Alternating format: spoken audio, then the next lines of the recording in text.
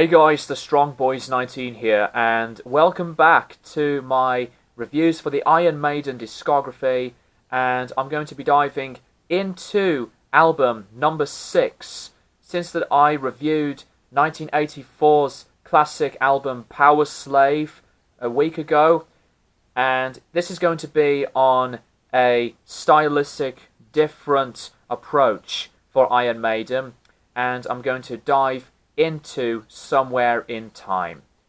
Somewhere in Time was released in 1986, and after the release of Power Slave, the band went on a heavily busy and productive amount of time and work on the World Slavery Tour on promoting Power Slave, which lasted close to 200 concerts. And after the completion of the tours, Dickinson was the most exhausted than the other members of the band. You can really tell that they've just put in so much effort and a lot of consistent passion into sharing new material from Power Slave into the heavily productive amount of tours.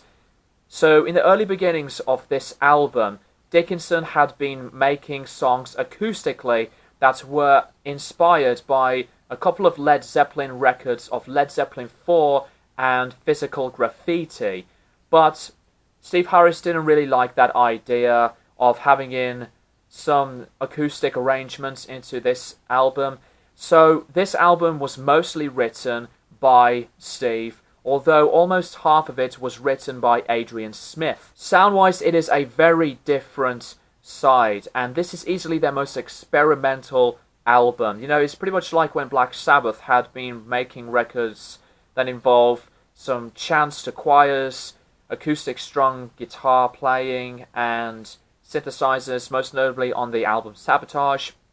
So Iron Maiden had been exploring into something futuristic, and this is a theme on space and time. And the album cover, instantly recognizable. There is so many references that you can just look up online on each little piece of detail of what's been included on the full album cover. It is an outstanding piece of work, as it was inspired by the Ridley Scott film Blade Runner from 1982. This album is definitely one of the most interesting albums, because with the previous Maiden records, they were fully induced into a lot of heavy energy and some imagery onto the Greek mythology and ancient mythology from Power Slave, to lyrics that were onto wars, to religion.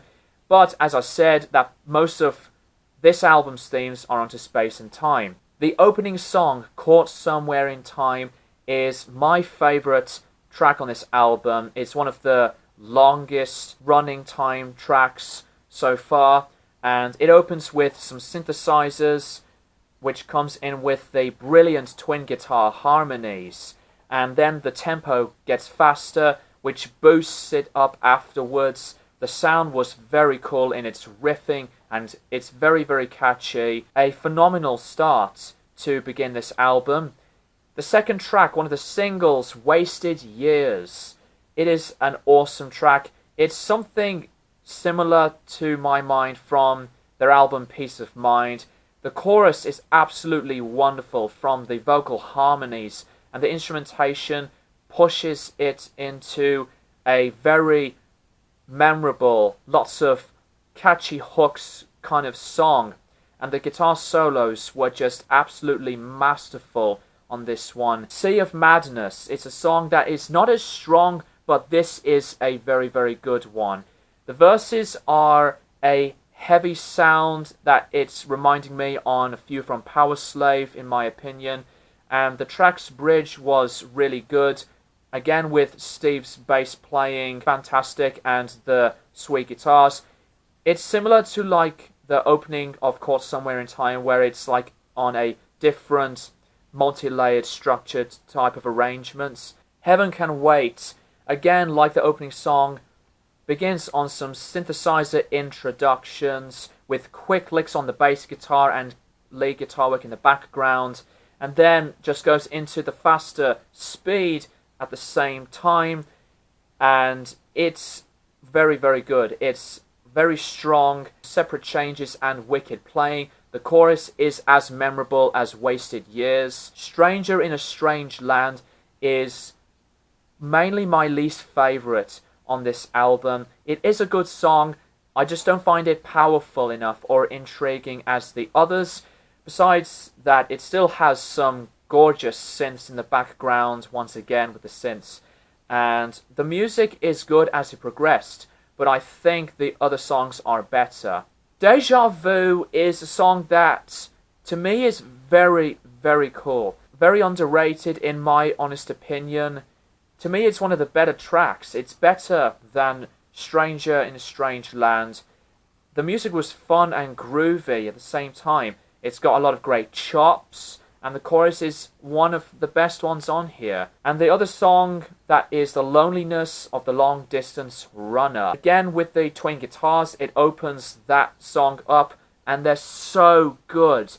The solos on a lot of the songs were just brilliant. Again, with Nico's drumming to this album are at one of his most exciting and best ever. But we cannot finish this review off without talking a little bit on the closing track, Alexander the Great. So massive, right from the start to the end. It has a lot of imagery in the lyricism that goes in as another classic closing track, along with Rime of the Ancient Mariner, To Hallowed Be Thy Name, To Tame a Land. You know the drill. Like a progressive song with some riffs that were melodic, and it was just perfectly arranged on these separate pieces that were matched brilliantly on this track. Personally, my second favourite song on this whole record. Production was done once again by Martin Birch, and I think that this is another one of his best produced works that he had done with Maiden. I love the sounds on the guitars. The synthesizers sound beautiful, both from the guitar synths and the bass synths, as with Harris himself wanting to experiment with this kind of material onto some more of the electronic kind of sound into this sort of arrangements and ideas. As an album follow-up to Power Slave is very, very good.